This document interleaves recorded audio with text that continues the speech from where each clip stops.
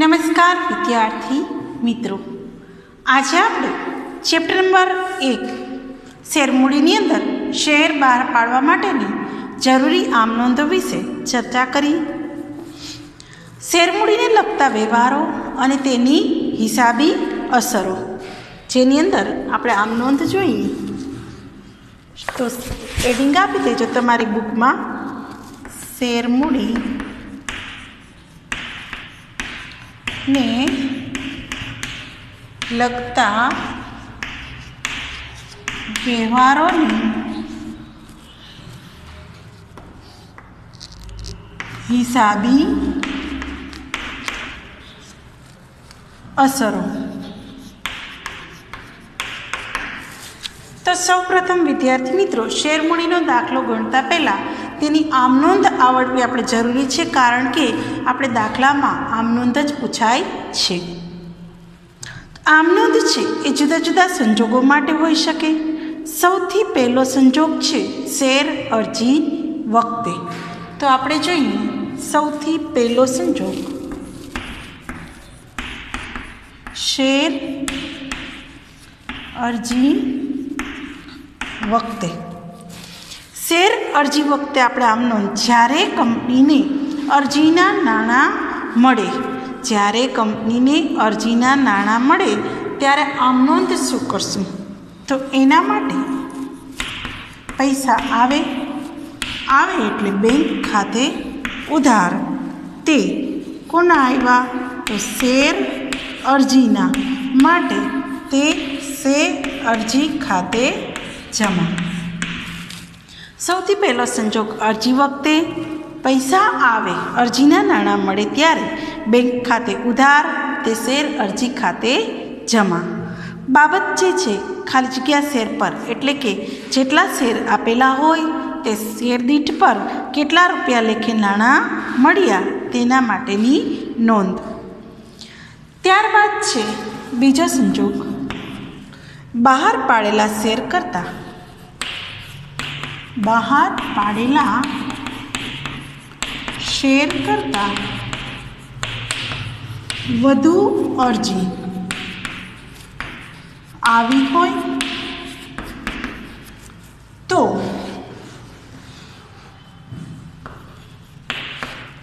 વધારાના નાણાં પરત કરવા. તેના માટે શેર અરજી ખાતે ઉધાર,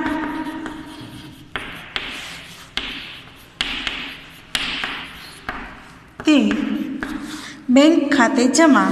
કારણ કે વધારાના રૂપિયા પૈસા આપણે જાય છે માટે બેંક ખાતે જમા. વિદ્યાર્થી મિત્રો, આપણે જેટલા શેર બહાર પાડ્યા હોય તેના કરતાં પણ જો આપણે વધુ અરજી આવી હોય તો નિયમ છે કે આપણે વધારાના નાણાં પરત કરવા પડે. તો એના માટે આમ નોંધ કરશું, શેર અરજી ખાતે ઉધાર, તે બેંક ખાતે જમા. બાબત જેમાં નામંજૂર કરેલા, એટલે કે પરત કરવાના શેર દીઠ જે રકમ આપણે પરત કરી ત્યાંની. ત્યારબાદ આપણો ત્રીજો પોઈન્ટ આવશે મંજૂરી વખતેનો. સૌ પ્રથમ આપણે અરજીની છે એ રકમ એ ક્યાં લઈ જઈશું? શેર મૂડી ખાતે. તો અરજીની રકમ છે એ શેર મૂડી ખાતે લઈ જવાય, અને આપણું જે શેર અરજી ખાતું છે એને આપણે બંધ કરશું, કારણ કે જે શેર અરજી વખતે જે રકમ મળી એ કંપની માટે શું કહેવાય? શેર મૂડી કહેવાય. તો એને આપણે કઈ જગ્યાએ લઈ જવી પડશે? અરજીની રકમને મંજૂરી ખાતે. માટે આપણો ત્રીજો અરજીની રકમ છે શેર મૂડી ખાતે લઈ જવી પડશે. માટે આપણો ત્રીજો પોઈન્ટ છે શેર અરજી ખાતું બંધ કરી શેર મૂડી ખાતે લઈ જવું.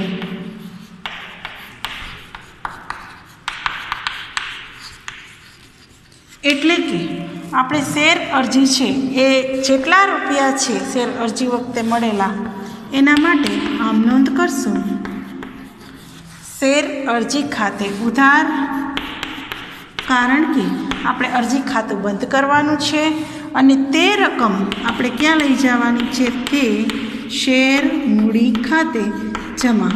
આમાં ઇક્વિટી શેર મૂડી પણ હોઈ શકે અને પ્રેફરન્સ શેર મૂડી પણ હોઈ શકે. જો દાખલામાં આપેલું હોય નામ તો આપણે એ જ રીતે મૂડી લેવી. તો શેર અરજી ખાતું બંધ કરી શેર અરજી ખાતે ઉધાર તે શેર મૂડી ખાતે જમા. આમ અરજીના સંજોગ માટે આપણે 3 આમ નોંધ. પહેલી આમ નોંધની અંદર શેર અરજીના નાણાં મળે જ્યારે જાહેર જનતા પાસેથી તો એના માટેની નોંધ છે. ત્યારબાદ છે બહાર પાડેલા શેર કરતાં જો વધુ અરજીઓ આવી હોય તો આપણે વધારાની અરજીના નાણાં પરત કરવા પડે તો તેના માટેની નોંધ. અને શેર અરજી ખાતું છે એ છેલ્લે બંધ કરી અને શેર મૂડી ખાતે લઈ જવા માટેની નોંધ છે એ આપણે કરવી પડે. અરજી બાદ આપણે સંજોગ આવશે મંજૂરીનો. તો સૌ પ્રથમ અરજીની આમ નોંધ છે એ તમારી બુકમાં લખતા રહેશો સાથે સાથે.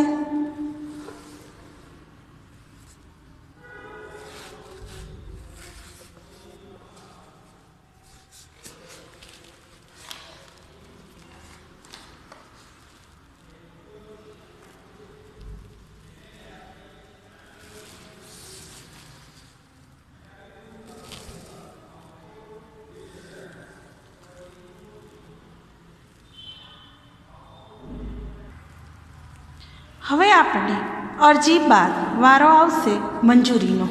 તો હવે આપણે મંજૂરી વિશે આમ નોંધ જોઈએ. તો મંજૂરી માટે આપણે જ્યારે કંપનીના દ્વારા શેર મંજૂર કરવામાં આવ્યા હોય તે અરજદારો પાસેથી આપણે જ્યારે મંજૂરીની રકમ મંગાવીએ, અરજી બાદ આપણે મંજૂરીની રકમ મંગાવીએ, જ્યારે મંગાવીએ જે વસ્તુ મંગાવીએ તેના ખાતે ઉધાર. એટલે હવે પછીનો પોઈન્ટ છે શેર મંજૂરી માટેનું. તો એના માટે પહેલી આમ નોંધ, શેર મંજૂરી જ્યારે મંગાવીએ ત્યારે આમ નોંધ થશે શેર મંજૂરી ખાતે ઉધાર તે શેર મૂડી ખાતે જમા. જે વસ્તુ આપણે મંગાવીએ તેના ખાતે ઉધાર એટલે કે શેર મંજૂરીની રકમ મંગાવીએ તો શેર મંજૂરી ખાતે ઉધાર તે શેર મૂડી ખાતે જમા. ત્યારબાદ મંજૂરીની રકમ આપણે મળી જાય ત્યારે મંજૂરીની રકમ મળી જાય ત્યારે, જ્યારે આપણે મંજૂરીની રકમ મળી જાય ત્યારે પૈસા આવે માટે બેંક ખાતે ઉધાર તે શેર મંજૂરી ખાતે જમા. મંજૂરી ખાતું બંધ કરી દેવું. બેંકમાં પૈસા આવે છે માટે બેંક ખાતે ઉધાર તે શેર મંજૂરી ખાતે જમા. તો આ રીતે આપણે મંજૂરીના સંજોગની આમ નોંધ કરવાની. મંજૂરીના સંજોગ માટે સૌપ્રથમ મંજૂરીની રકમ મંગાવવાની અને ત્યારબાદ આપણે મંજૂરીની રકમ મળી જાય એટલે કે પૈસા મળી જાય તો મંજૂરી ખાતું બંધ કરી અને મંજૂરી માટેની આમ નોંધ પૂરી કરવી કે બેંક ખાતે ઉધાર તે શેર મંજૂરી ખાતે જમા. તો વિદ્યાર્થી મિત્રો, મંજૂરીના સંજોગ માટેની આમ નોંધ તમારી બુકમાં લખતા રહેશો.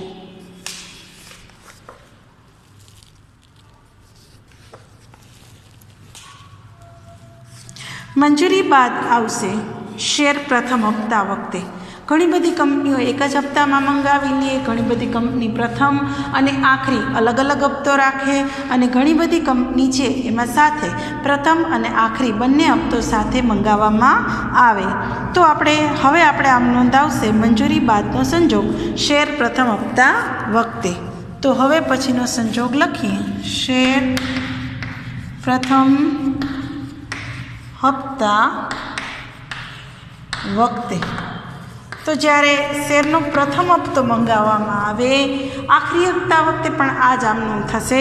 તો આપણે આમ નોંધ કરશું શેર પ્રથમ હપ્તા ખાતે ઉધાર, પ્રથમ હપ્તા ખાતે ઉધાર તે શેર મૂડી ખાતે જમા. શેર પ્રથમ હપ્તા ખાતે ઉધાર તે શેર મૂડી ખાતે જમા. બાબત જેની અંદર આપણે જે પ્રથમ હપ્તા પર નાણાં મંગાવ્યા, જેટલા લેખે નાણાં મંગાવ્યા તેની નોંધ કરશું. ત્યારબાદ આપણે જ્યારે પ્રથમ હપ્તાની રકમ એટલે કે નાણાં મળે ત્યારે, તો તેના માટે શેર હપ્તાની રકમ મળે ત્યારે પૈસા આવે માટે આપણે આમ નોંધ શું કરશું? બેંક ખાતે ઉધાર. જેટલા રૂપિયા આવ્યા તેની નોંધ કરશું. તે શેર પ્રથમ હપ્તા ખાતે જમા. તો વિદ્યાર્થી મિત્રો, અહીંયા તમે જોઈ શકો કે અહીંયા પ્રથમ હપ્તો અલગ છે. ઘણા દાખલાની અંદર તમને પ્રથમ હપ્તો અને છેલ્લો હપ્તો પણ આ રીતે આપ્યો હોય, અંતિમ હપ્તો પણ આવ્યો હોય. તો જેટલા હપ્તા હોય એમાં આમ નોંધની અંદર જો અંતિમ હપ્તો હોય તો શેર અંતિમ હપ્તા ખાતે આવે. જેના તમે નાણાં મંગાવો છો તેના. ઘણા દાખલાની અંદર તમને પ્રથમ અને આખરી હપ્તો બંને ભેગો પણ આપેલો હોય સાથે. તો તમારે જે સંજોગ આપ્યા હોય એની રીતે આમ નોંધ કરવાની રહેશે. સૌ પ્રથમ અરજીની, ત્યારબાદ મંજૂરીની અને ત્યારબાદ આપણે પ્રથમ હપ્તાની. જો દાખલામાં આખરી હપ્તો આપેલો હોય તો એની પણ આપણે આમ નોંધ કરવાની રહેશે. અને ત્યારબાદ આપણે જે ખાતાઓ છે એ બંધ કરવાના રહેશે. પ્રથમ અને આખરી હપ્તો જો સાથે આપેલો હોય તો એ પ્રમાણે નોંધ કરવાની રહેશે. હવે પછી આપણે આ આમ નોંધ છે એ લખ્યા બાદ આપણે આમ નોંધની આગળ ઉદાહરણો સમજશું. જેના માટે આમ નોંધ માટે પણ તમારે પેજ નંબર 9 અને 10 જે રિવાઇઝ કરવા જોવી આમ નોંધ કે કઈ રીતે આપણે જે લખાયેલી છે આમ નોંધ એ જ આમ નોંધ છે એ આપણો બેઝિક કન્સેપ્ટ છે. આ આમ નોંધ શેર મૂડી માટે ખૂબ જ મહત્ત્વની અને પાયાની છે. તો સૌ પ્રથમ તમારે આમ નોંધ જેની અંદર અરજી, મંજૂરી અને પ્રથમ હપ્તા વિશેની માહિતી છે એ આપેલી છે. તો આ રીતે આમ નોંધની અંદર આપણે બેઝિક પાયાની આમ નોંધ કરવાની રહેશે દાખલામાં. ત્યારબાદ જપ્તી પણ આવશે, પ્રીમિયમ પણ આવશે. પણ સૌ પ્રથમ બેઝિક આમ નોંધની અંદર આપણે આટલી બાબતો ધ્યાનમાં રાખવાની રહેશે, જે તમે નોટ ડાઉન કરી લેશો. Thank you.